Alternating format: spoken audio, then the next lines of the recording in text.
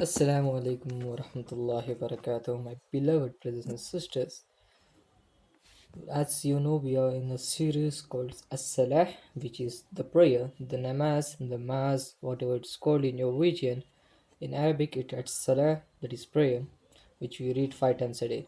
So, at the last video, we finished all the things which are fard in Salah, like the obligatory thing without which your Salah won't be accepted.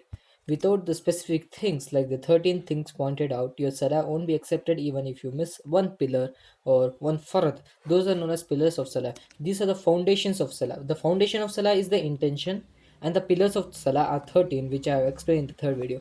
Now let's look at the walls of Salah or the wajib. What do you mean by wajib?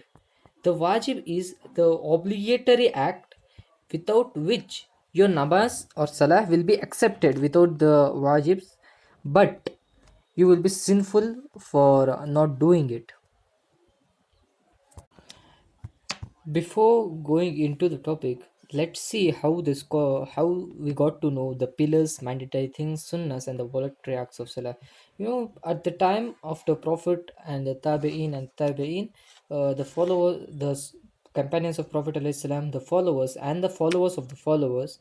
After them, then there were our imams, the four imams. Then there were some other scholars, but when the matter became serious, or when they didn't get to know how to do it, that time the scholars of that time sat down and they started to look at the evidences from the sunnah, the hadiths, and the life of Prophet alayhi salam, the sirat of Muhammad sallallahu alayhi wasallam, and they categorize this in as pillars, mandatory, sunnahs, and voluntary acts.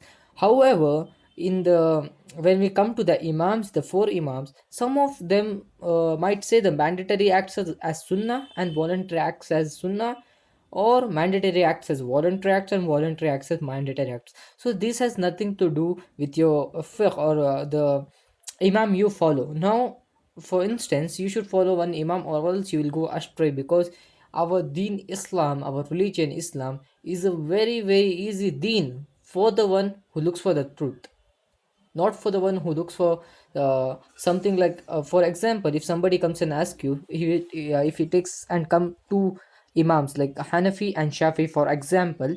Now in Hanafi madhab, the hands the Shafi'i rises hands in between the rakats. So in Hanafi madhab, it's not a sunnah. So if someone comes to you and says whether to which is the correct way or which is the right way, then this is totally wrong, and he is ignorant for asking it, because his family from generations has been following imam.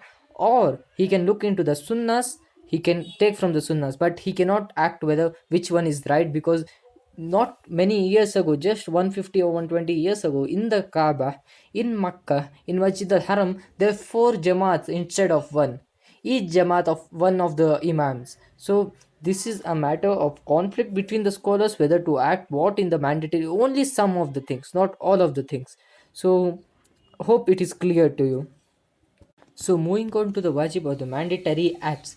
Now these acts, if you forget them forgetfully, then your salah is valid till you complete it. Even if you remember it after the salah, your salah will be completed, and no need to again read your salah from the starting. But if you leave them deliberately out of ignorance to Allah subhanahu wa ta'ala, then your salat is invalid and you will be sinful for not doing it, and you should repeat the salah again. Which are the wajib acts? Saying Allahu Akbar, to do ruku, to do sujood and sit between the sujood, and to again get up. These are the mandatory acts behind behind the imam and voluntary praying. So now the conflict is between Hanafi madhab and other three scholars. The other three imams says that it is compulsory to say, that is mandatory to say Allahu Akbar at every rakah, but in a slow voice behind the imam. Whereas the Hanafi scholar imam, the people who follow Imam Hanafi, they say that it's okay if you do not say, and if you say that, then also it is okay, but it is not mandatory to say behind the imam while praying. But while you are reading the salah, on your own voluntary salah, sunnah salah, or any other salah, then it is important and it's mandatory for you to say Allahu Akbar at while bowing, prostituting, sitting between the sujood, and everything. So the next wajib act is and saying Sami Allahu liman hamida while standing up from ruku. When you say Subhana Rabbiyal Azim in ruku and Subhana Rabbiyal Ala in ruku, now this is not a matter of conflict between any scholar. Everyone says one time is enough. You say you go into ruku and you say Subhana Rabbiyal Azim. That's it. Over. Your mandatory act is over now. And also in the sujood, when you go into sujood and say Subhana Rabbiyal Ala, over, your mandatory act is over. Now if you want to add some more like 3, 4, 5, it's upon you to add any much, how much ever you want. The difference between the pillar and the obligatory part of the salah is that a pillar cannot be waived whether one omits it deliberately or by mistake, rather it must be done. An obligatory act is waived if one forgets, and it can be compensated by doing sujud as-sahu. So again, if you forget it and you get to know in the salah, like for example, you didn't say Subhana Rabbil Azim in ruku, but rather you said Subhana Rabbil Ala, but you remember it before the salam in the tashahud, then you can, if you want, no, you should do the sujud as-sahu, and if you forget it, you do both the salams, and then you get to know that you had said this Subhana Rabbil Ala instead of Subhana Rabbil Azim, then your salah is valid. No need to pray your salah again. As you know, there are 8 obligatory acts, like saying the prostrating and saying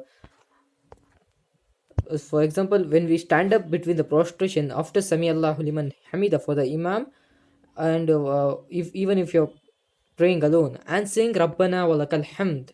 So saying Rabbana walakal hamd is a matter of dispute between the scholars. Some of them say that it is sunnah, some of them state it is voluntary. So but Sami Allah liman hamida is obligatory. And next is Subhana Rabbiyal Azim, Subhana Rabbiyal Ala, then Rabbi Firli Warhamni between two prostrations. Lord forgive me between two prostrations. There is a hadith which states a big dua. It's a dua which Prophet alayhi salam taught one of the companions. But in a short, the scholars have come to Rabbi for Lahamni between the two prostrations. Now, again, this is a matter of dispute whether it is a sunnah or an obligatory act. Most of the scholars say it's obligatory act, but again, if you're following Imam Hanafi, then it is sunnah for you.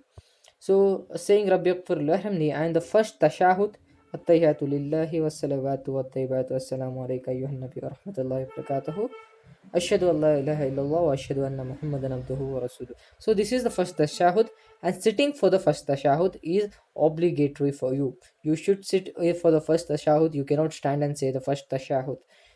So these were the 8 obligatory acts in the prayer. Looking at them in a instance, takbir other than the takbir opening, saying Sami Allahu liman hamida for the imam and for the one who is praying alone, saying Rabbana walakal hamd, saying Subhana Rabbiyal Ala, saying Subhana Rabbiyal Azim when prostrating, and saying Subhana Rabbiyal Azim while one is bowing, and Subhana Rabbiyal Ala when one is prostrating. Rabbi Ighfir Rahimni between the two prostrations, the first tashahud, sitting for the first tashahud. Jazakallah khair. Assalamu alaikum wa rahmatullahi wa barakatuh. I hope somebody gained something from this.